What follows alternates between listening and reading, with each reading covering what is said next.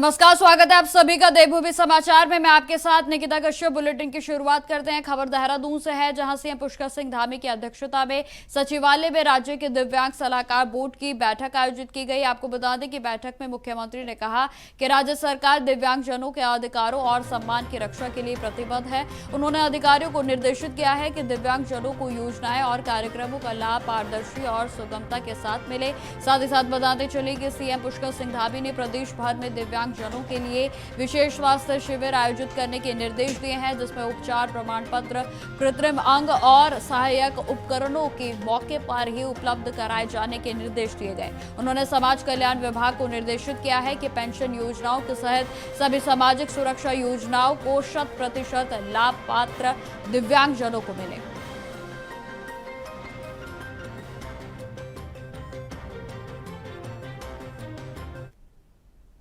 UK triple SC पटवारी भर्ती को लेकर पेपर लीक मामला लगातार तूल ही पकड़ता जा रहा है। आपको बता दें कि इसी को लेकर कांग्रेस ने गांधी मैदान में धरना प्रदर्शन किया और इस दौरान संवाददाता हितेश त्यागी ने बातचीत की कांग्रेस के प्रदेश अध्यक्ष करण माहरा से। उत्तराखंड में एक बार फिर सियासत गरमा गई है। यूके ट्रिपल एससी मामले को लेकर सियासत गरमाई हुई है। कांग्रेस ने एक बार फिर मोर्चा खोल दिया है। पेपर चोर गद्दी छोड़ का नारा कांग्रेस लगा रही है और गांधी पार्क पर अपना जो आंदोलन है वो शुरू कर दिया है कांग्रेस पार्टी ने। और प्रदेश अध्यक्ष करण माहरा यहाँ पर बैठे हुए हैं और किस तरीके से देखते हैं, बात करते हैं। अध्यक्ष जी, एक बार फिर सियासत गरमा गई है। पेपर चोर गद्दी छोड़ का नारा कांग्रेस लगा रही है। यूके ट्रिपल एससी में भाजपा के कुछ लोग कह रहे हैं कि पेपर लीक नहीं हुआ है, कुछ कह रहे हैं कि 3 ही पर्चे बाहर आए। कांग्रेस किस तरीके से देखती है? देखिए, हास्यवद है। 3 पर्चे आने का मतलब पेपर लीक होना नहीं होता। ये बीजेपी ही कर सकते हैं साहब। पहले का ऐसा सख्त कानून लागे हैं, अब नकल नहीं हो पाएगी। रूह कांप जाएगी। रूह उनकी तो नहीं, बच्चों की कांप गई, जिन्होंने 15-15 घंटे पढ़ाई करके पेपर दिया और अब ये लग रहा है कि पेपर निरस्त होंगे या नकल करने वाला आगे बढ़ जाएगा, हम पीछे रह जाएंगे। रूह उनकी कांप रही है, अपराधियों की नहीं कांप रही। अगर कांप रही होती, 13 महीने की जेल काट के आया हुआ हाकम सिंह दोबारा सामने नहीं आता। कौन है हाकम सिंह को संरक्षण देने वाला, ये बताए मुख्यमंत्री। वो बड़ी मछली जिसका नाम तैर रहा है पूरे प्रदेश में, वो कौन है? वो महिला जिसका नाम लेने से लोग हिचक रहे हैं अभी। इसलिए हम मांग करें कि सीबीआई की जांच हो हाईकोर्ट के सिटिंग जज की देखरेख में, ताकि मगरमच्छ के संग वो मछली भी सामने आए। और मैं वो दावा कर रहा हूँ, जांच हो गई तो 12 घंटे के अंदर बीजेपी की सरकार गिर जाएगी। हम इतवार को पेपर लीक हुआ था, सोमवार को हमने पूरे प्रदेश में पुतले जलवाए थे। आज पूरे प्रदेश में फिर से धरना हो रहा है और 3 तारीख को मुख्यमंत्री का आवाज घेरेगी कांग्रेस। और उसके बाद अपने सीनियर से बात करके डेट डिसाइड कर रहे हैं। हम पूरे प्रदेश में यात्रा निकालने वाले हैं, जिसमें वोट चोर गद्दी छोड़, पेपर चोर गद्दी छोड़, खनन चोर गद्दी छोड़, किसानों की हत्या करने वाले गद्दी छोड़, इस नारे के साथ महिलाओं के ऊपर अत्याचार करने वाले गद्दी छोड़ के नारे के साथ प्रदेश भर में यात्रा निकालने वाली है कांग्रेस। और बीजेपी को की चूल्हा हिलाने का काम हम बहुत जल्दी करने वाले हैं। भाजपा का कहना है कि हमने एसआईटी की गठित कर दी है रिटायर्ड जज के नेतृत्व में। और दूसरी तरफ एक सवाल उठ रहा है कि बॉबी पवार के पास जब इस चीज की सूचना आई, उस महिला ने जो सूचना दी, उसने थाने में जाने से उसको रोका है। इसे किस तरीके से देखते हो और एसआईटी को किस तरीके से? देखिए, मेरा ये कहना है कि आंदोलन को कमजोर करने के, तोड़ने की कई साजिशें होंगी। हम इन साजिशों में फंसने वाले नहीं हैं। हम ये जानते हैं कि हाकम सिंह दोबारा आया है, जो बीजेपी का जिला पंचायत सदस्य रहा है, और आईटी सेल का संयोजक जो है वो भी बीजेपी का है। तो पहले मुख्यमंत्री ये बताए कि हाकम सिंह को जब पकड़ा गया था, उसके बाद उसको इतनी हिम्मत कैसे आ गई। दूसरा, हाकम सिंह के संग जिन राजनेताओं के संबंध रहे, जो उसके रिजॉर्ट में रहते थे, जिनके साथ वो अक्सर फोटो में देखा जाता, उनसे पूछताछ, उनके ऊपर कार्रवाई मुख्यमंत्री ने क्यों नहीं करी, इस बात का जवाब मुख्यमंत्री दे दे। और हम कह रहे हैं कि इसका जो कानून बनाया उसको ठीक से मुख्यमंत्री एक बार खुद अवलोकन कर ले। कानून पास कर दिया, लेकिन उसकी धाराओं का अवलोकन नहीं किया। एक लाइन भी अगर बाहर जाती है तो घोटाला है, भर्ती पेपर लीक है। और 3 पृष्ठ बाहर आने के बाद सरकार और सरकार के नुमाइंदे कह रहे कि ये भर्ती लीक, ये पेपर लीक नहीं है, नकल है, तो ये शर्मनाक है। और जिस तरीके से धामी ने इसको जिहाद का नाम दिया है, वो दिखाता है कि उनकी मानसिकता क्या है, और वो उससे ऊपर कुछ सोच भी नहीं सकते, वो इससे ऊपर सोच ही नहीं सकते। इतने रूह कांप जाएगी कह रहे थे, रूह तो बच्चों की कांप रही है जो 12-12, 15-15 घंटे पढ़ के यहाँ एग्जाम देने आते हैं, और कोई नकल मारने वाला, हकम सिंह को पैसे देने वाला आगे चले जाता। अब तो पेपर 15 लाख रुपए चाहिए। 15 लाख कहां से लाएगा गरीब का बच्चा 15 लाख? तो इस बात का जवाब मुख्यमंत्री को देना होगा, आज नहीं तो कल। और वादा कर रहे हैं 2027 में जब सरकार बदलेगी, ये सारे के सारे, इसके हाकम सिंह, इसके खैर ख्वाह, सारे लोग सलाखों के पीछे होंगे, इस बात की आपको गारंटी दे रहे हैं। जिन्होंने साफ तौर पर कहा है कि जिस तरीके से हम लोग यहाँ पर आंदोलन कर रहे हैं, तो कहीं ना कहीं भारतीय जनता पार्टी की सरकार बताए कि हाकम सिंह के हाकिम कौन है, उनको गिरफ्तार क्यों नहीं किया जाता। आखिरकार बड़ी मछली तैर रही है, उनको भारतीय जनता पार्टी की सरकारें पकड़ने में नाकाम क्यों है। कैमरा पर्सन हर्ष सुनियाल के साथ त्यागी इंडिया, वो इस देहरादून। अब खबर राजधानी देहरादून से है, जहां पंचायती राज निदेशालय में आज पंचायती राज मंत्री सतपाल महाराज ने विभागीय कार्यों की समीक्षा बैठक की। आपको बता दें कि बैठक के दौरान मंत्री ने बताया कि वित्तीय वर्ष 2024 से 25 के लिए राष्ट्रीय ग्राम स्वराज अभियान के अंतर्गत करीब 190 करोड़ 40 लाख रुपए की वार्षिक योजना को मंजूरी मिल चुकी है, और इस धनराशि से पंचायत प्रतिनिधियों के प्रशिक्षण कार्यक्रम और विभिन्न विकासात्मक गतिविधियों को आगे बढ़ाने के निर्देश दिए गए। तो वहीं यह भी बताते चले कि सतपाल महाराज ने यह भी कहा है कि जिला पंचायत के प्रत्येक चुनावों को लेकर प्रक्रिया जारी है और जल्द ही इसके सकारात्मक नतीजे भी सामने आएंगे।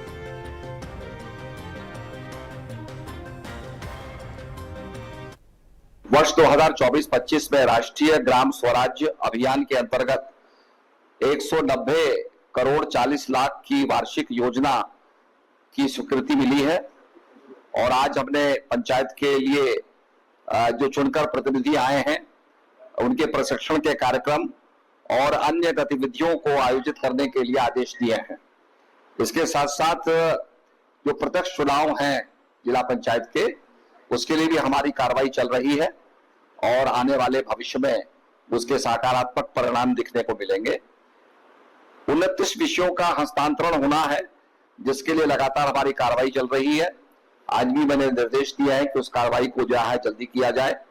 इसके साथ साथ बहुत से कॉमन लक्ष्य को लेकर के हमारा जलागम और पंचायती राज काम कर रहा है।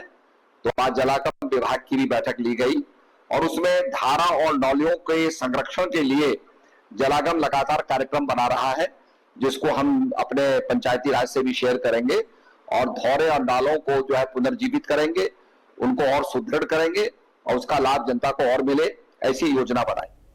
खबरों में आगे बढ़ते हैं। यूके SSSC पेपर लीक मामले में प्रदेश सरकार के द्वारा रिटायर्ड न्यायाधीश की निगरानी में गठित SIT की जांच को लेकर विवाद बढ़ता ही जा रहा है। आपको बता दें कि सड़कों पर उतरे हजारों युवा SIT की पारदर्शिता पर सवाल उठाते हुए मामले की CBI से जांच कराने की मांग कर रहे हैं, और इसके साथ ही युवाओं ने 1 माह के भीतर दोबारा से परीक्षा कराने की मांग भी उठाई। आपको बता दें कि प्रदर्शनकारियों का कहना है कि SIT के जरिए निष्पक्ष जाँच संभव नहीं है और दोषियों को बचाने की कोशिश भी हो सकती है। और इस बार बीजेपी के प्रदेश मीडिया प्रभारी मनवीर चौहान ने प्रतिक्रिया देते हुए कहा कि विपक्ष पर षड्यंत्र रचने का आरोप उनकी ओर से लगाया गया। देखिए, हमारी उत्तराखंड की सरकार और हमारे मुख्यमंत्री माननीय पुष्कर सिंह धामी जी युवाओं के स्वर्णिम भविष्य के लिए जो अच्छा हो सकता है वो सब किया जाएगा, लेकिन मुझे लगता है कि पूरा विपक्ष और कुछ षड्यंत्रकारी लोग जो कहीं ना कहीं नौजवान साथियों के साथ कुठारघात करने की कोशिश कर रहे हैं, वो इस तरह की मांग कर रहे हैं। CBI जांच से, क्योंकि अभी हजारों सरकारी भर्तियां हमारे उत्तराखंड राज्य में पाइपलाइन में हैं, जो जिनकी परीक्षाएं आयोजित होनी हैं, और हजारों नौजवान साथियों को भी सरकारी नौकरियां उत्तराखंड राज्य में प्राप्त होनी हैं, जो लगातार रात दिन हमारे नौजवान साथी मेहनत कर रहे हैं। वो कहीं ना कहीं सरकारी नौकरी की प्राप्ति के लिए पढ़ाई कर रहे हैं, मेहनत कर रहे हैं, लेकिन अगर CBI जांच की जो बात कर रहे हैं वो कहीं ना कहीं उनका बुरा चाहते हैं।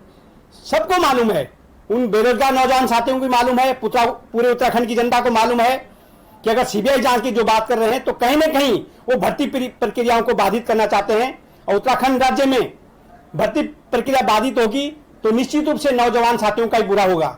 इसलिए सरकार नौजवान साथियों के लिए जो सबसे अच्छा हो सकता है उनके भविष्य के लिए, उसको करने जा रही है। खबरें लगातार जारी रहेंगी, फिलहाल रुकते छोटे से ब्रेक के लिए। ब्रेक के बाद एक बार फिर से स्वागत है आप सभी का। बढ़ते हैं खबरों की ओर। खबर देहरादून से है, जहां कांग्रेस की पार्टी ने उत्तराखंड सरकार के खिलाफ जोरदार विरोध प्रदर्शन किया। आपको बता दें कि यह प्रदर्शन हाल ही में सामने आए पेपर लीक मामले को लेकर किया गया है और जिससे कि राज्य में युवाओं में भारी रोष भी व्याप्त है। बताते चले कि कांग्रेस ने आरोप लगाया है कि सरकार भर्ती परीक्षाओं में पारदर्शिता को सुनिश्चित करने में पूरी तरह से नाकाम रही है और गांधी पार्क में आयोजित इस धरने में कांग्रेस के प्रदेश अध्यक्ष करण महरा के नेतृत्व में सैकड़ों कार्यकर्ता भी शामिल हुए।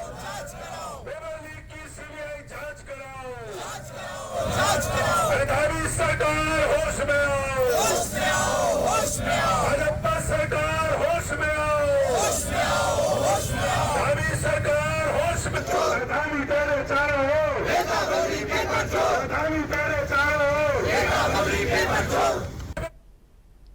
यूके SSC पेपर लीक मामले ने एक बार फिर से उत्तराखंड की सियासी फिजा को गरमा दिया है। आपको बता दें कि लगातार हो रहे भर्ती घोटाले से नाराज छात्र सड़कों पर उतर आए हैं और जहां कांग्रेस ने भी इस मुद्दे पर सरकार को आड़े हाथों लेना शुरू कर दिया है। आपको बता दें कि पार्टी ने पूरे मामले की सीबीआई जांच कराने की मांग की है और कहा है कि SIT की जांच से सच्चाई सामने नहीं आ सकती। तो वहीं आपको बता दें कि कांग्रेस नेता विकास नेकी ने बीजेपी सरकार पर तीखा हमला बोलते हुए कहा कि मुख्यमंत्री के द्वारा बनाया गया नकल विरोधी कानून अब खुद ही मजाक बन गया है।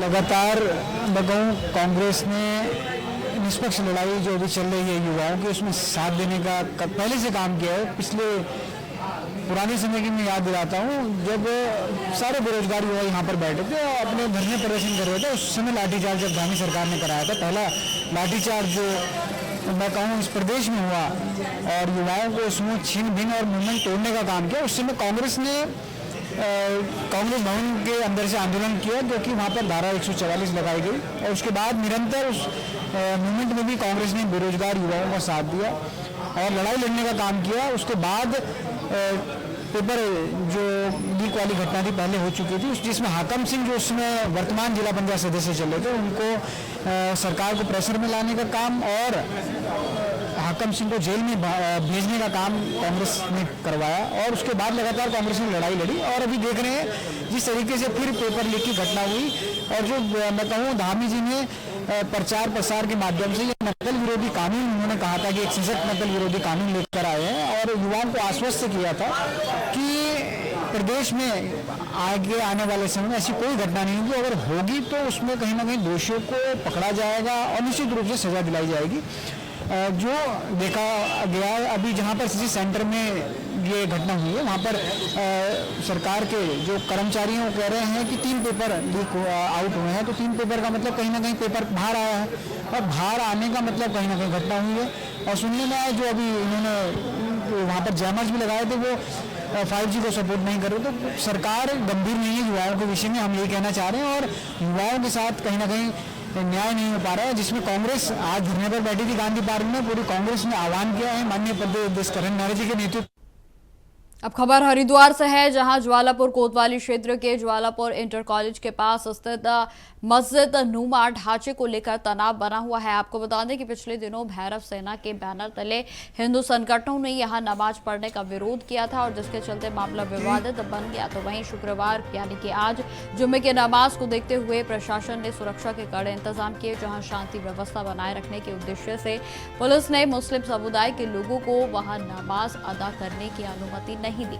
मौके पर भारी संख्या में पुलिस बल तैनात रहा और किसी भी प्रकार की स्थिति से निपटने के लिए प्रशासन पूरे तरीके से अलर्ट मोड पर नजर आया। तो वहीं आपको बता दें कि स्थानीय लोगों और धार्मिक संगठनों के बीच तनाव को देखते हुए प्रशासन ने संयम और संवाद की अपील की है। फिलहाल स्थिति नियंत्रण में है, लेकिन माहौल पूरी तरह से शांत नहीं कहा जा सकता।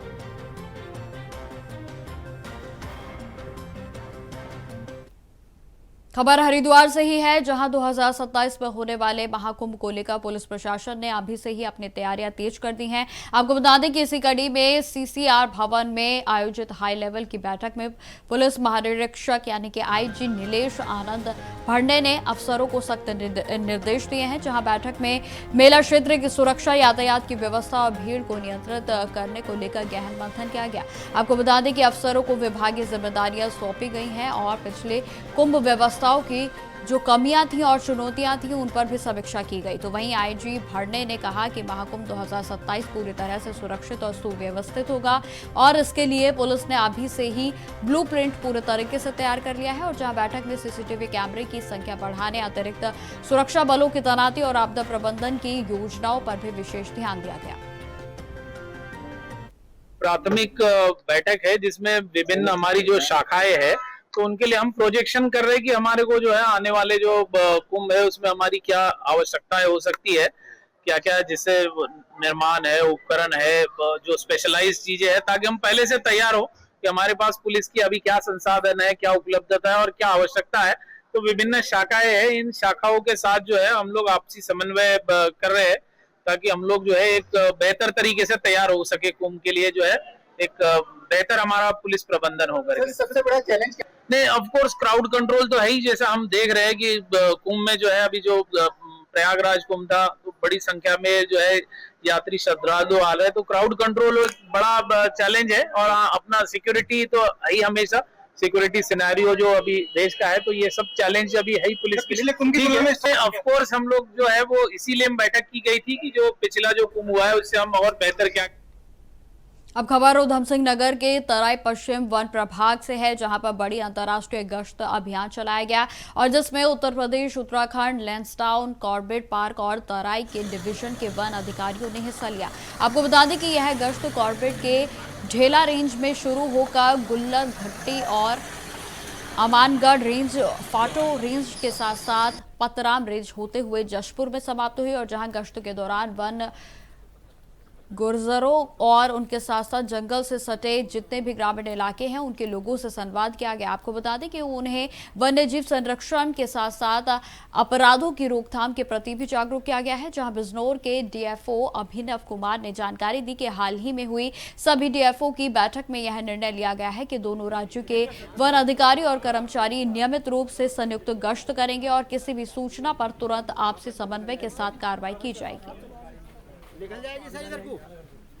कल उत्तर प्रदेश और उत्तराखंड के बिजनौर, लैंसडाउन, कॉर्बेट, कालागढ़ इन सभी डीएफओस की कल वार्ता हुई और जहां पे हमने ये निर्णय लिया कि हम एक स्ट्रेटेजी बनाएंगे ताकि जो भी यहाँ पे वन्यजीव अपराध हैं उन पे अंकुश पाया जा सके और इस पे हम प्रभावी कार्रवाई करें। अभी तक ये था कि रेंज लेवल पे या फिर कुछ टेम्पररी बेसिस पे चीज़ें होती थी, बट हमने अब ये स्ट्रेटेजी बनाई है कि हम रेगुलर बेसिस पे इन दोनों राज्य के अधिकारी और सभी स्टाफ जो रेगुलर पे संपर्क में रहेंगे, हम रेगुलर पेट्रोलिंग करते रहेंगे और जो भी इंफॉर्मेशन आएगी उसको हम शेयर करेंगे ताकि वन्यजीव अपराध पूरी तरह से अंकुश। तो फिलहाल मेरे साथ इस बुलेटिन में इतना ही। देश दुनिया की तमाम खबरों की जानकारी के लिए बने रहे हमारे साथ। नमस्कार।